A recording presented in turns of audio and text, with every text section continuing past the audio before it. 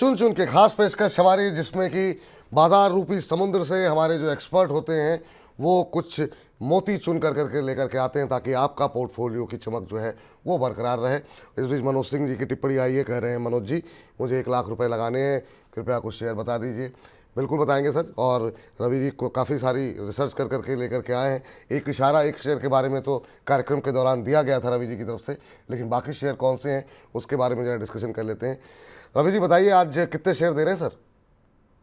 देखिए, मार्केट जो है बहुत कॉन्फिडेंस नहीं दे रही है, लेकिन उस कॉन्फिडेंस में आपको जो कॉन्फिडेंस दे सकता है वो दो स्टॉक्स ही मैंने आज लिए हैं। और बहुत ज्यादा मैं अग्रेसिव, जो कि मैं आपके पूरे प्रोग्राम में अप्रोच यही मेरी थी कि थोड़ा टाइम लीजिए, धीरे धीरे खरीदारी करिए। अब 1 लाख रुपए लगाने हैं सर, आपके पास दो स्टॉक आज दे रहा हूँ, दो स्टॉक अगले हफ्ते और भी आपको 2 से 3 स्टॉक दूंगा, तब पूरा लगाइएगा। लेकिन 20 से 20 हजार रुपए तो लगा सकते हैं। पहला, आरईसी।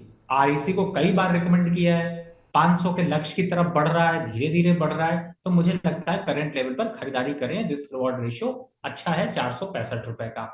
दूसरा स्टॉक है ऑटो इंडिया, जिसके बारे में मैं पहले भी बता चुका हूँ। फंडामेंटल टेक्निकल पे स्ट्रॉन्ग सपोर्ट, फ्रेश ब्रेकआउट, 130-32 रुपए के बीच में खरीदारी करिए। 155 का लक्ष्य और 122 रुपए का। अब जो लोग पोर्टफोलियो बनाते हैं, ध्यान रखिए, आपको अगर 1 लाख का जो एग्जाम्पल अभी आया था, 1 लाख का अगर पोर्टफोलियो बनाना है तो इन दोनों स्टॉक्स पे खरीदारी करनी है।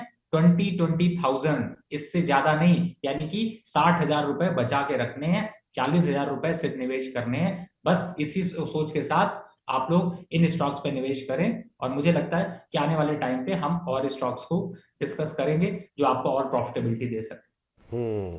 तो ये दो कंपनियां हैं जहां पर कि आप खरीदारी करके चल सकते हैं।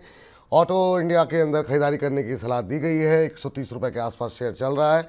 यहाँ से करीब करीब 25 रुपये ऊपर के अपसाइड के लिए आप यहाँ पर खरीदारी करके चल सकते हैं। हाँ, एक स्टॉप लॉस अवश्य आपको लगाना होगा। 8 रुपये नीचे का 122 रुपये के स्टॉप लॉस के साथ 155 के लक्ष्य के साथ खरीदारी करने की सलाह है।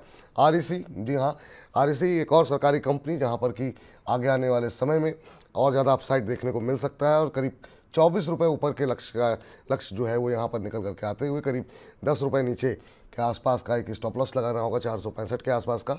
और यहाँ पर आने वाले दिनों में आपको 500 रुपये तक के लक्ष्य देखने को मिल सकते हैं। तो ये राय फिलहाल निकल करके आती हुई। बहुत बहुत शुक्रिया सर, बहुत बहुत धन्यवाद आज की इस चर्चा में जुड़ने के लिए, तमाम दर्शकों के प्रश्नों के उत्तर देने के लिए। कोई डिस्क्लोजर आपकी तरफ से? जिन भी स्टॉक्स की मैंने चर्चा करी है, मेरी पर्सनल कोई भी पोजीशन नहीं है, लेकिन मेरी तरफ से ऐसे सजेशंस गए हुए हैं। और यहाँ पर एक अपडेट भी आपको देता हूँ। इस समय जो ऑप्शन मैंने आपको रिकमेंड किया था, उसने एक बार 550 का हाई मारा, लेकिन वापस से 518 पे खड़ा हुआ है।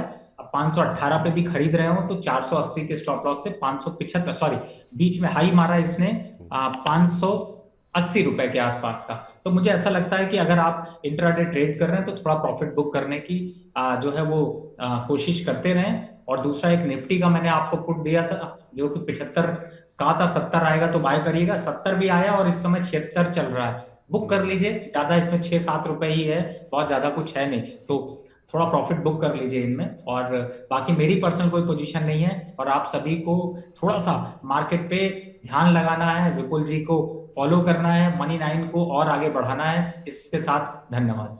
बहुत बहुत शुक्रिया, बहुत बहुत धन्यवाद सर आपका इतनी अच्छी टिप्पणियों के लिए, तमाम दर्शकों के प्रश्नों के उत्तर देने के लिए।